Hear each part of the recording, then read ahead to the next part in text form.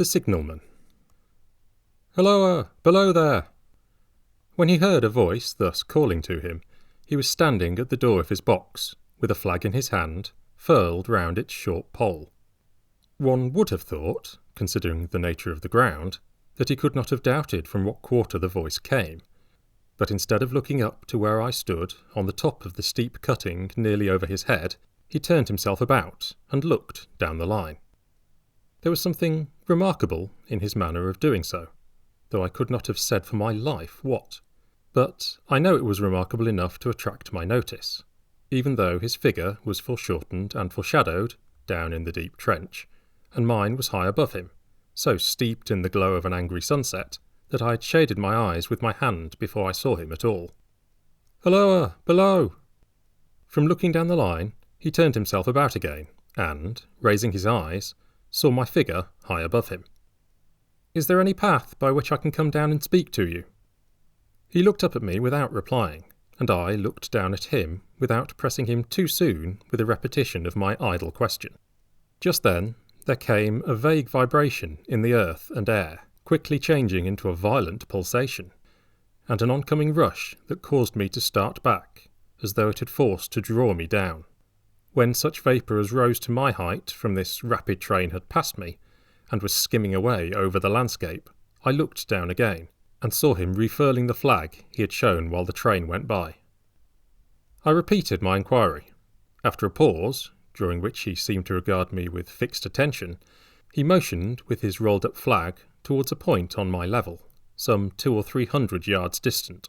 I called down to him, "All right," and made for that point. There, by dint of looking closely about me, I found a rough, zigzag, descending path notched out, which I followed. The cutting was extremely deep and unusually precipitate. It was made through a clammy stone that became oozier and wetter as I went down.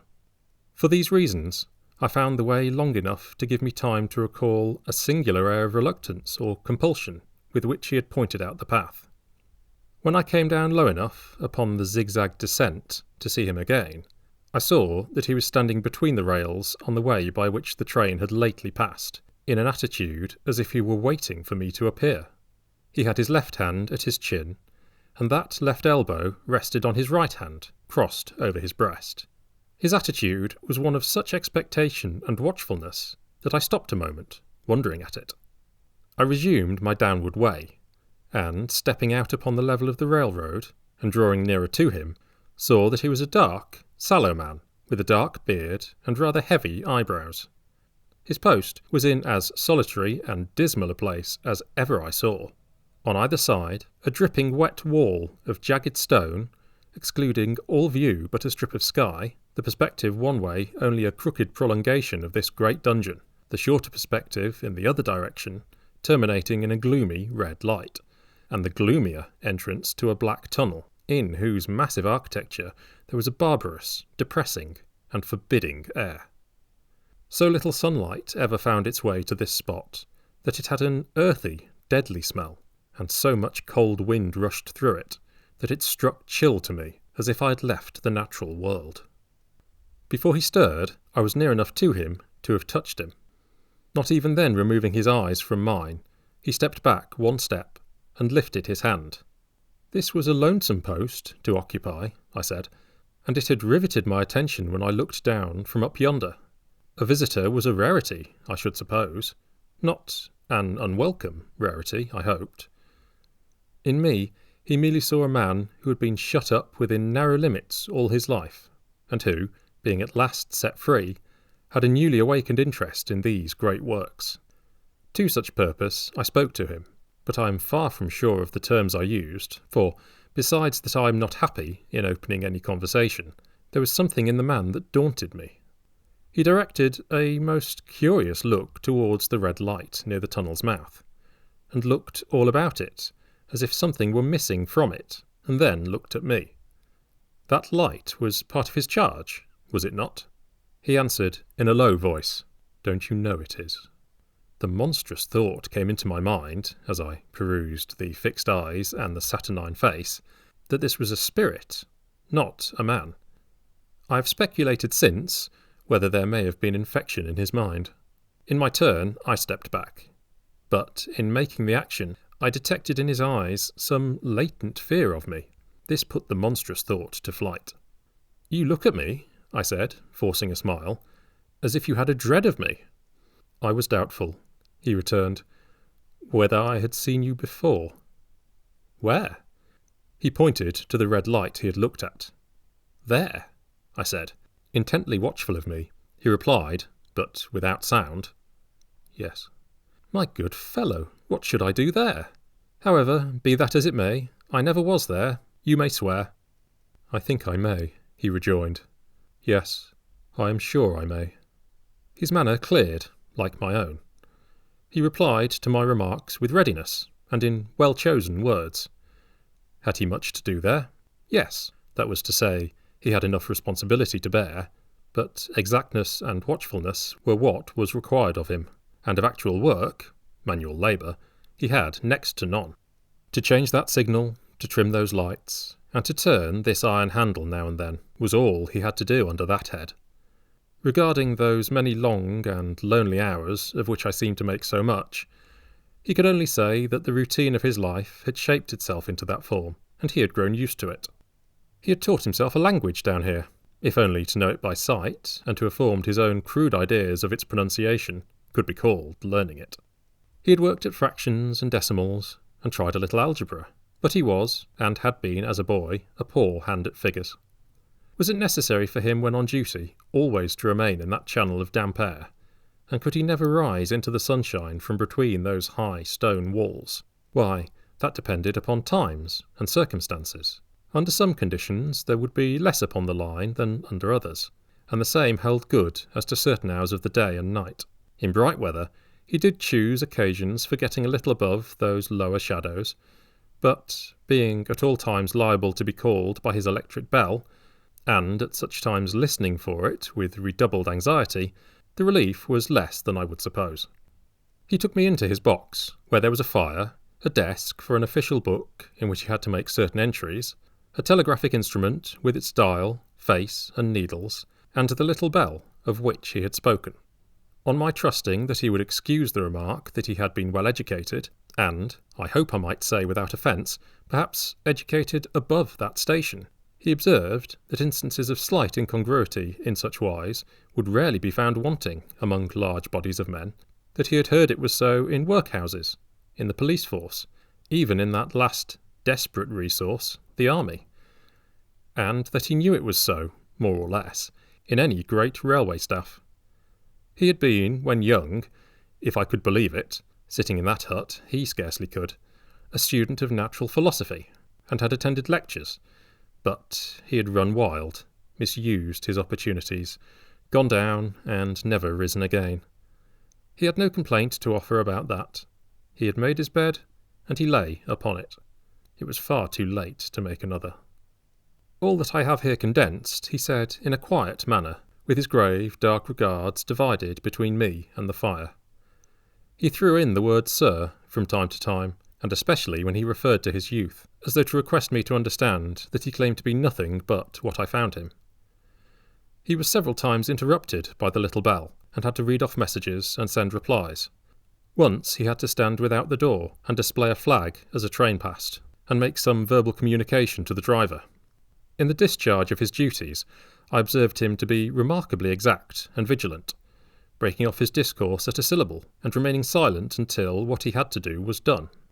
In a word, I should have set this man down as one of the safest men to be employed in that capacity, but for the circumstance that, while he was speaking to me, he twice broke off with a fallen colour, turned his face towards the little bell when it did not ring, opened the door of the hut, which was kept shut to exclude the unhealthy damp, and looked out towards the red light near the mouth of the tunnel. On both of those occasions, he came back to the fire with the inexplicable air upon him which I had remarked, without being able to define, when we were so far asunder. Said I, when I rose to leave him, "You almost make me think that I have met with a contented man." I'm afraid I must acknowledge that I said it to lead him on. "I believe I used to be so," he rejoined, in the low voice in which he had first spoken. "But I am troubled, sir, I am troubled." He would have recalled the words, if he could. He had said them, however, and I took them up quickly. "With what? What is your trouble?" "It is very difficult to impart, sir. It is very, very difficult to speak of. If ever you make me another visit, I will try to tell you." "But I expressly intend to make you another visit. Say, when shall it be?" "I go off early in the morning, and I shall be on again at 10 tomorrow night, sir." "I will come at 11. He thanked me, and went out at the door with me. "I'll show my white light, sir," he said, in his peculiar low voice, "till you have found the way up. When you have found it, don't call out. And when you are at the top, don't call out." His manner seemed to make the place strike colder to me, but I said no more than, "Very well. And when you come down tomorrow night, don't call out. Let me ask you a parting question. What made you cry, 'Hulloa, below there,' tonight?" "Heaven knows," said I. "I cried something to that effect." "Not to that effect, sir. Those were the very words. I know them well." "Admit those were the very words. I said them, no doubt, because I saw you below." "For no other reason?" "What other reason could I possibly have?" "You had no feeling that they were conveyed to you in any supernatural way?" "No." He wished me good night, and held up his light. I walked by the side of the down line of rails, with a very disagreeable sensation of a train coming behind me, until I found the path. It was easier to mount than to descend, and I got back to my inn without any adventure.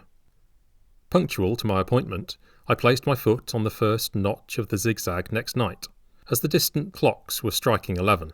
He was waiting for me at the bottom, with his white light on.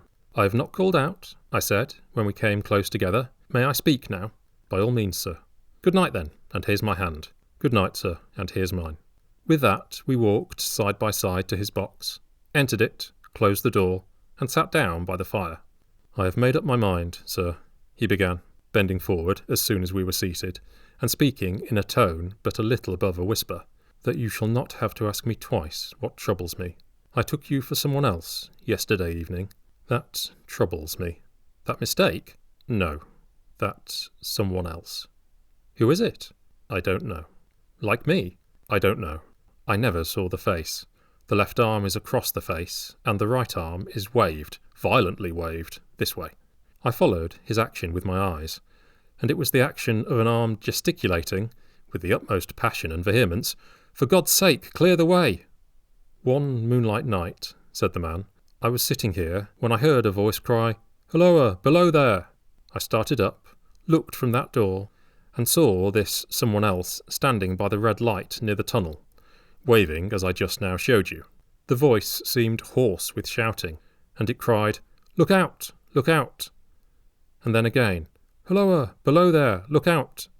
I caught up my lamp, turned it on red, and ran towards the figure, calling, 'What's wrong? What has happened? Where?' It stood just outside the blackness of the tunnel. I advanced so close upon it that I wondered at its keeping the sleeve across its eyes. I ran right up at it, and had my hand stretched out to pull the sleeve away, when it was gone." "Into the tunnel?" said I. "No. I ran on into the tunnel, 500 yards. I stopped, and held my lamp above my head, and saw the figures of the measured distance, and saw the wet stains stealing down the walls and trickling through the arch. I ran out again faster than I had run in, for I had a mortal abhorrence of the place upon me, and I looked all round the red light with my own red light, and I went up the iron ladder to the gallery atop of it, and I came down again and ran back here. I telegraphed both ways. An alarm has been given. Is anything wrong? The answer came back both ways, all well. Resisting the slow touch of a frozen finger tracing out my spine, I showed him how that this figure must be a deception of his sense of sight, and how that figures, originating in disease of the delicate nerves that minister to the functions of the eye, were known to have often troubled patients, some of whom had been conscious of the nature of their affliction, and had even proved it by experiments upon themselves. "As to an imaginary cry," said I, "do but listen for a moment to the wind in this unnatural valley while we speak so low, and to the wild harp it makes of the telegraph wires." "That was all very well," he returned, after we had sat listening for a while, and he ought to know something of the wind and the wires, he who so often passed long winter nights there, alone and watching. But he would beg to remark that he had not finished. I asked his pardon, and he slowly added these words, touching my arm. Within 6 hours after the appearance, the memorable accident on this line happened, and within 10 hours the dead and wounded were brought along through the tunnel over the spot where the figure had stood. A disagreeable shudder crept over me, but I did my best against it. It was not to be denied, I rejoined, that this was a remarkable coincidence, calculated deeply to impress his mind, but it was unquestionable that remarkable coincidences did continually occur, and they must be taken into account in dealing with such a subject. Though to be sure, I must admit, I added, for I thought I saw that he was going to bring the objection to bear upon me, men of common sense did not allow much for coincidences in making the ordinary calculations of life. He again begged to remark that he had not finished. I again begged his pardon for being betrayed into interruptions. This, he said, again laying his hand upon my arm and glancing over his shoulder with hollow eyes, was just a year ago. 6 or 7 months passed, and I had recovered from the surprise and shock when, one morning, as the day was breaking, I, standing at the door, looked towards the red light and saw the spectre again. He stopped with a fixed look at me. Did it cry out? No, it was silent. Did it wave its arm? No. It leaned against the shaft of the light, with both hands before the face, like this. Once more I followed his action with my eyes. It was an action of mourning. I have seen such an attitude in stone figures on tombs. Did you go up to it? I came in and sat down, partly to collect my thoughts, partly because it had turned me faint. When I went to the door again, daylight was above me, and the ghost was gone. But nothing followed, nothing came of this. He touched me on the arm with his forefinger twice or thrice, giving a ghastly nod each time. That very day, as a train came out of the tunnel, I noticed, at a carriage window on my side, what looked like a confusion of hands and heads, and something waved. I saw it just in time to signal the driver, "Stop!" He shut off and put his brake on, but the train drifted past here 150 yards or more. I ran after it, and, as I went along, heard terrible screams and cries. A beautiful young lady had died instantaneously in one of the compartments, and was brought in here and laid down on this floor between us. Involuntarily, I pushed my chair back, as I looked from the boards at which he pointed to himself. True, sir, true. Precisely as it happened, so I tell it you. I could think of nothing to say, to any purpose, and my mouth was very dry. The wind and the wires took up the story with a long, lamenting wail. He resumed, "Now, sir, mark this, and judge how my mind is troubled. The spectre came back a week ago.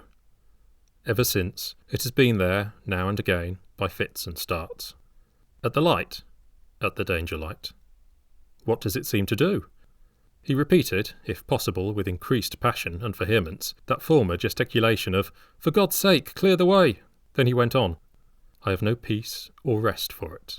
It calls to me, for many minutes together, in an agonized manner, 'Below there, look out, look out!' It stands waving to me. It rings my little bell." I caught at that. "Did it ring your bell yesterday evening, when I was here, and you went to the door?" "Twice." "Well, I see," said I, "how your imagination misleads you. My eyes were on the bell, and my ears were open to the bell, and, if I am a living man, it did not ring at those times. No, nor at any other time, except when it was rung in the natural course of physical things, by the station communicating with you." He shook his head. "I have never made a mistake as to that yet, sir. I have never confused the spectre's ring with the man's. The ghost's ring is a strange vibration in the bell that it derives from nothing else, and I have not asserted that the bell stirs to the eye. I don't wonder that you failed to hear it, but I heard it." "And did the spectre seem to be there when you looked out?" "It was there." "Both times?" He repeated firmly, "Both times." "Will you come to the door with me and look for it now?" He bit his under lip as though he were somewhat unwilling, but arose. I opened the door and stood on the step, while he stood in the doorway. There was the danger light. There was the dismal mouth of the tunnel. There were the high, wet stone walls of the cutting. There were the stairs above them. "Did you see it?" I asked him, taking particular note of his face. His eyes were prominent and strained, but not very much more so, perhaps, than my own had been when I had directed them earnestly towards the same spot. "No," he answered. "It is not there." "Agreed," said I. We went in again, shut the door, and resumed our seats. I was thinking how best to improve this advantage, if it might be called one, when he took up the conversation in such a matter-of-course way, so assuming that there could be no serious question of fact between us, that I felt myself placed in the weakest of positions. "By this time you will fully understand, sir," he said, "that what troubles me so dreadfully is the question, what does the spectre mean?" I was not sure, I told him, that I did fully understand. "What is its warning against?" he said, ruminating, with his eyes on the fire, and only by times turning them on me. "What is the danger? Where is the danger?" "There is danger overhanging somewhere on the line. Some dreadful calamity will happen. It is not to be doubted this third time, after what has gone before. But surely this is a cruel haunting of me. What can I do?" He pulled out his handkerchief and wiped the drops from his heated forehead. "If I telegraph danger on either side of me, or on both, I can give no reason for it," he went on, wiping the palms of his hands. "I should get into trouble, and do no good. They would think I was mad. This is the way it would work. Message: danger, take care. Answer: what danger? Where? Message: don't know, but for God's sake take care. They would displace me. What else could they do?" His pain of mind was most pitiable to see. It was the mental torture of a conscientious man oppressed beyond endurance by an unintelligible responsibility involving life.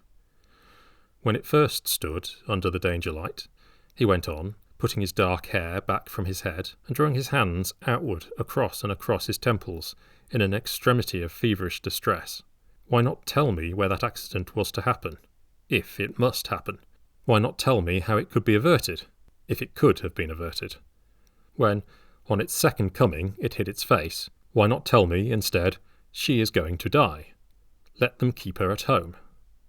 If it came, on those two occasions, only to show me that its warnings were true, and so to prepare me for the third, why not warn me plainly now?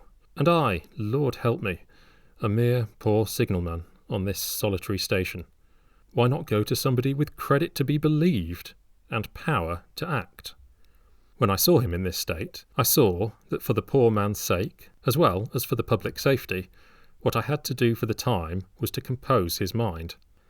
Therefore, setting aside all question of reality or unreality between us, I represented to him that whoever thoroughly discharged his duty must do well, and that at least it was his comfort that he understood his duty, though he did not understand these confounding appearances.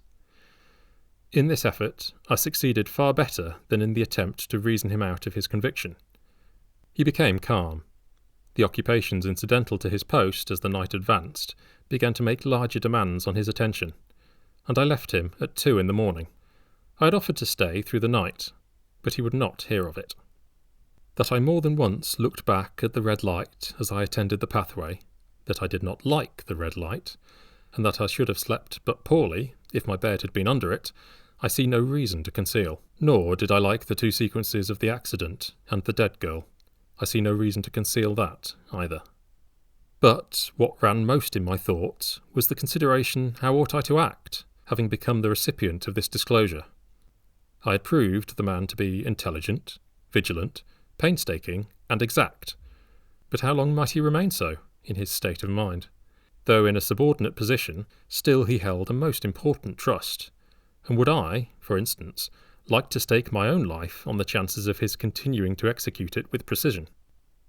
Unable to overcome a feeling that there would be something treacherous in my communicating what he had told me to his superiors in the company, without first being plain with himself and proposing a middle course to him, I ultimately resolved to offer to accompany him, otherwise keeping his secret for the present, to the wisest medical practitioner we could hear of in those parts, and to take his opinion. A change in his time of duty would come round next night, he had apprised me, and he would be off an hour or two after sunrise, and on again soon after sunset. I had appointed to return accordingly.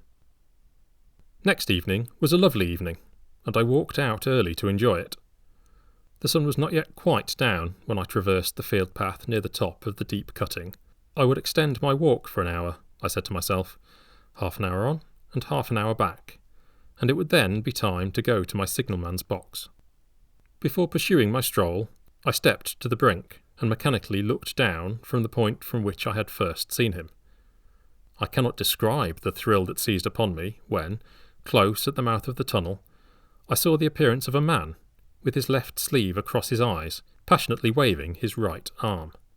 The nameless horror that oppressed me passed in a moment, for in a moment I saw that this appearance of a man was a man indeed, and that there was a little group of other men standing at a short distance, to whom he seemed to be rehearsing the gesture he made.